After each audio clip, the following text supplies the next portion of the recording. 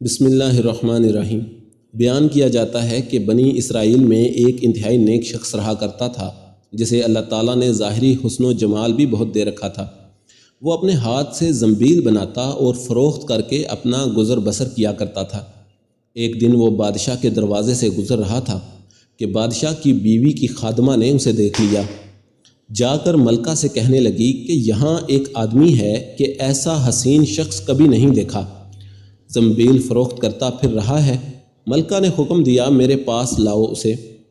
جب اسے لایا گیا تو اسے دیکھتے ہی ملکہ اس پر لٹو ہو گئی، کہنے لگی زنبیلیں پھینک دے اور یہ چادر سنبھال۔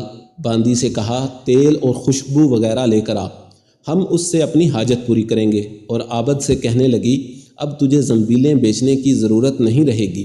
عابد بار بار انکار کرتا رہا، کہنے لگی کہ اگر تو یہ کام نہیں کرنا چاہتا تو اس کے بغیر یہاں سے باہر بھی نہیں جا سکتا، اور دروازے بند کرنے کا حکم دے دیا۔ عابد نے یہ حال دیکھا تو کہنے لگا کیا تمہارے محل کے اوپر کوئی ضرورت کی جگہ ہے؟ کہنے لگی ہاں۔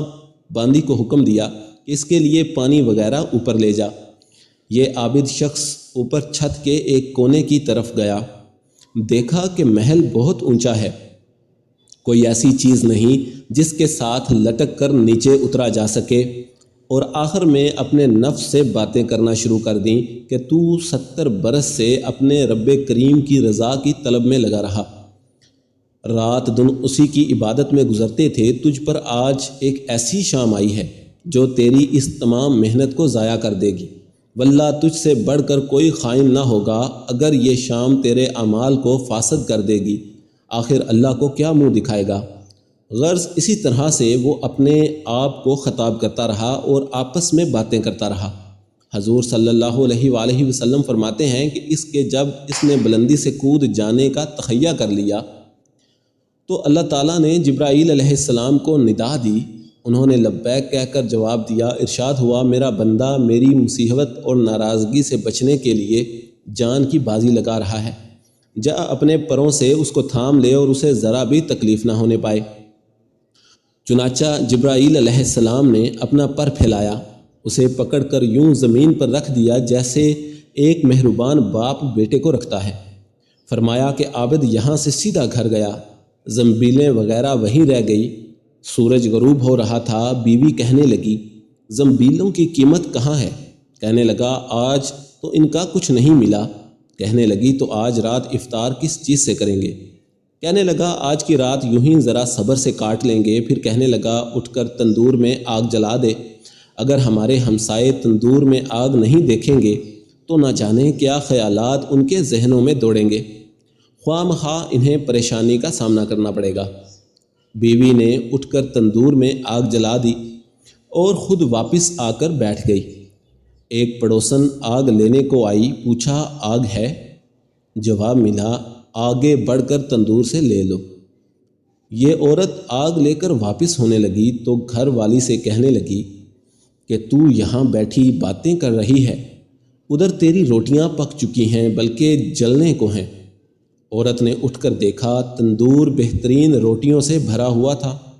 عورت نے انہیں برتن میں رکھا اور خاوند کے پاس لے آئی اور کہنے لگی تیرے ساتھ اللہ تعالیٰ کا یہ معاملہ تیرے بلند درجات کی وجہ سے ہو سکتا ہے، لہٰذا تو اللہ تعالیٰ سے دعا مانگ کہ ہماری باقی عمر خوشحالی اور فراغی میں گزرے۔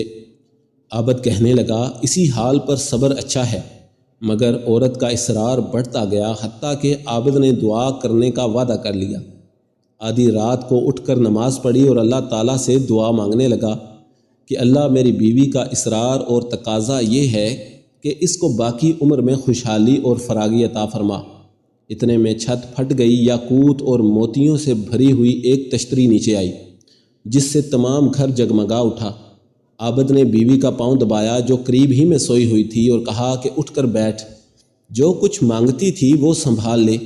عورت بیدار ہو کر کہنے لگی جلدی نہ کرو، اس مقصد کے لیے تو نے مجھے نہ ہی جگایا ہوتا، میں تو خواب دیکھ رہی تھی کہ سونے کی بہت سی کرسیاں بچھی ہوئی ہیں جو بہت سے ہیرے جواہرات سے لدی ہیں، مگر ان میں سوراخ ہیں۔